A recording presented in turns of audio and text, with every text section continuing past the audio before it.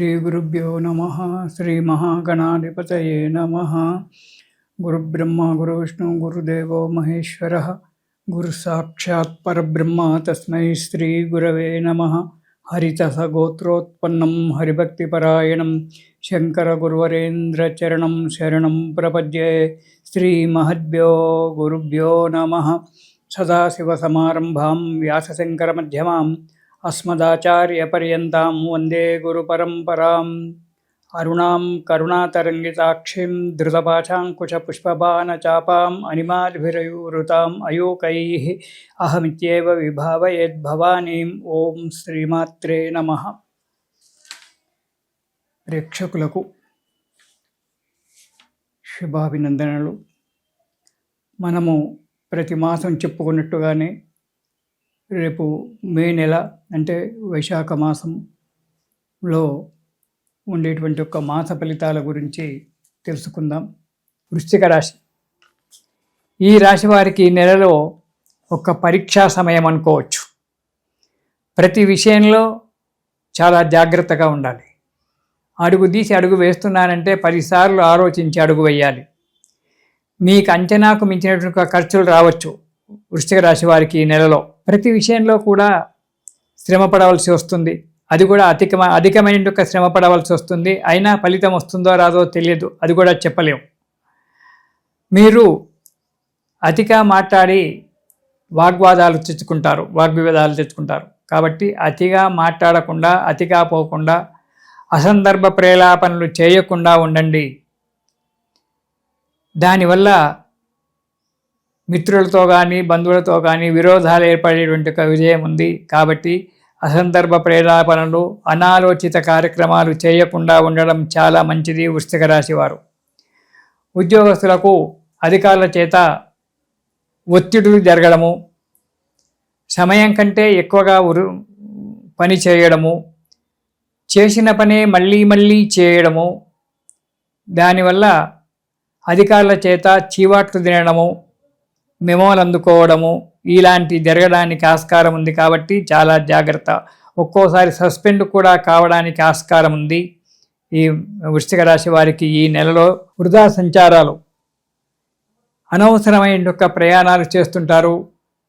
ఎక్కడ వెళ్తున్నారో ఎందుకు వెళ్తున్నారో తెలియకుండా ప్రయాణాలు చేసి అనారోగ్యం తెచ్చుకోవడము, లేదా డబ్బు నష్టపోవడము ఇవన్నీ కూడా జరుగుతూ ఉంటాయి. తరచూ కలహాలు. మీరు ఒక్కరితో కూడా సరిగ్గా మాట్లాడరు, కోపతాపాలతో మాట్లాడుతూ ఉంటారు. కాబట్టి ఎదుటి వ్యక్తికి అవి బాధాకరంగా ఉండి కలహాలకు దారితీస్తుంది. కాబట్టి ప్రతి మాట కూడా ఆలోచించి మాట్లాడడం చాలా మంచిది.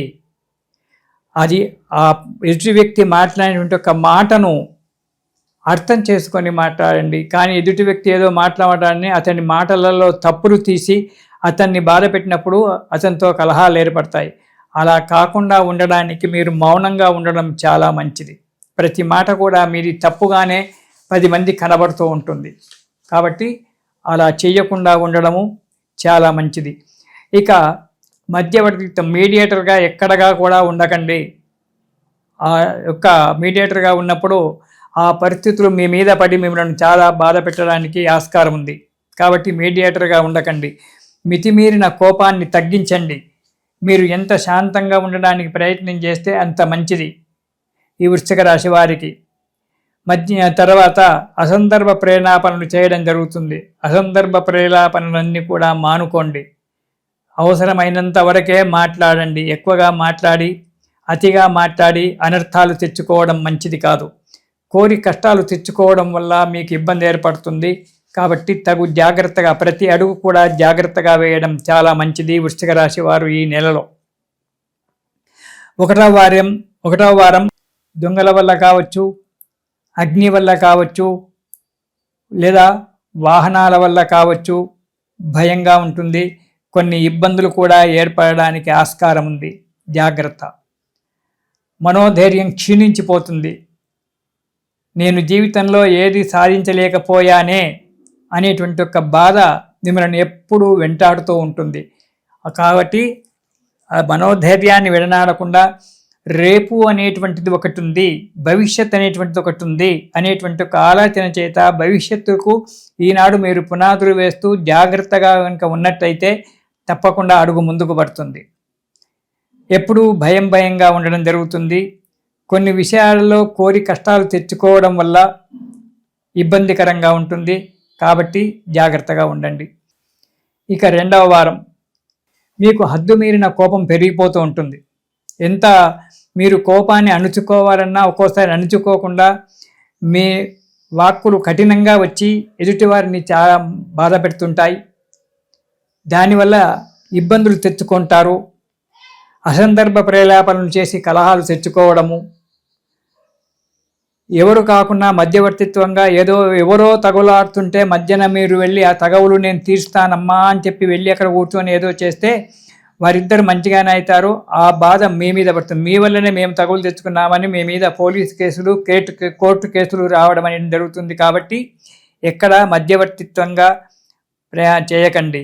దుష్ట సహవాసం చేసి దురలవాట్లకు లోనవుతున్నారు. కాబట్టి వాటిని మానుకోవడం చాలా మంచిది. వాటి వల్ల మీకు విజయం కలగకపోగా ఇబ్బందులు ఏర్పడతాయి. మీకు అనుమానాలు, చెప్పుడు మాటలు వినడము, అనుమానాలు ఎక్కువగా ఉంటాయి. కాబట్టి చెప్పుడు మాటలు వినడము మంచిది కాదు.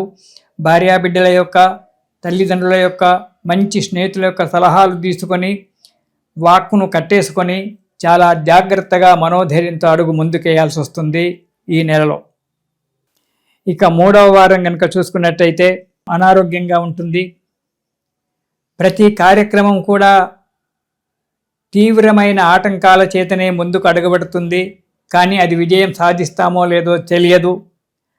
సదా విచారము, కార్యం జరగలేదని చెప్పేట విషయం చేత ఎప్పుడూ బాధపడుతూ ఉండడం అనేటువంటి జరుగుతూ ఉంటుంది. ధన నష్టం కావాల్సి వస్తుంది, లేదా డబ్బు మోసపోవడం అనేటువంటిది కూడా జరుగుతూ ఉంది. కొన్ని వీటితోటే కాకుండా కొన్ని పాపకార్యాలు చేయడం వల్ల సంఘంలో కీర్తి ప్రతిష్టలు దెబ్బతింటాయి.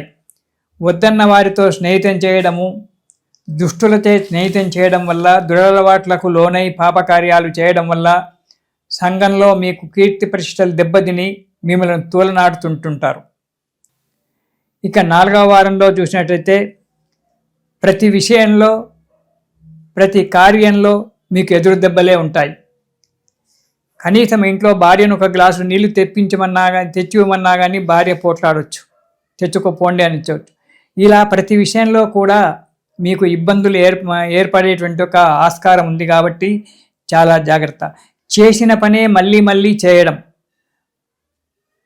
మనస్సు నిలకడగా లేకపోవడం వల్ల కార్యాలయాలలో చేసిన పని తప్పులు చేసి దాన్ని మళ్ళీ తీసేసి మళ్ళీ కొత్తగా చేయడము, ఇలా చేయడం వల్ల ఆ ప్రాజెక్టు పూర్తి కాకపోవడం వల్ల అధికారుల చేత తిట్లు తినడము,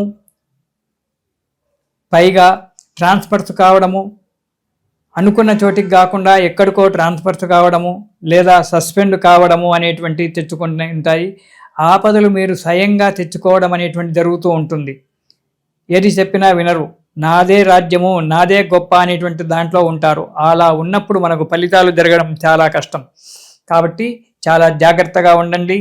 ఈ నెలలో మీరు ప్రతిరోజు కూడా శ్రీరామ ఆపదోద్ధారక స్తోత్రము ప్రతిరోజు కూడా చేయండి. ఆ రామబాణం వల్ల, రామచంద్రుని వాళ్ళకి అనుగ్రహం వల్ల కష్టాలు తొలగిపోయి సుఖంగా ఉండడానికి ఏర్పడుతుంది. వృశ్చిక రాశి వారు ప్రతిరోజు కూడా ఉదయము, మీకు వీలైతే సాయంకాలము, ప్రతిరోజు కూడా కొద్దిగా భగవంతుని యొక్క సేవకు సమయాన్ని కేటాయించి శ్రీరామ ఆపదోద్ధారక స్తోత్రం అనేటువంటిది ఉంటుంది. అది గనక మీరు ప్రతిరోజు పారాయణం చేసినట్టయితే కొన్ని కష్టాలు తొలగిపోయి కొంత మనశ్శాంతి ఏర్పడడానికి ఆస్కారం ఉంది.